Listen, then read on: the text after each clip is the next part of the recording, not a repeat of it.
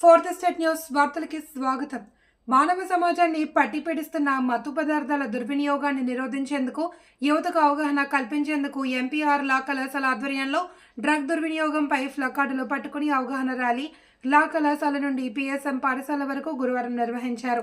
దీనిలో భాగంగా కళాశాల ప్రిన్సిపల్ కె మోషే మాట్లాడుతూ డ్రగ్స్ దుర్వినియోగం వల్ల కలిగే హానికారక పరిణామాలను సామాజిక స్థాయిలో తెలియజేయడం ద్వారా ప్రజలకు చైతన్యం కలుగుతుంది అని, ప్రతి పాఠశాల కళాశాలలో అవగాహన తరగతులు నిర్వహించాలన్నారు. యువత ముఖ్యంగా విద్యార్థులు డ్రగ్స్కు బానిసై మంచి జీవితాన్ని నాశనం చేసుకుంటున్నారని, మితిమీరిన వాడకంతో ప్రాణాలు సైతం కోల్పోతున్నారని, ప్రతి విద్యార్థి ఒక గమ్యాన్ని నిర్దేశించుకుని ఉన్నత స్థానంలో నిలవాలన్నారు.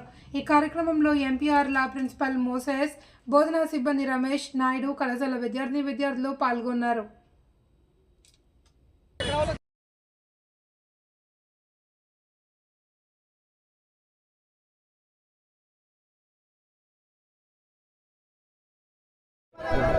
వద్దు వద్దు వద్దు వద్దు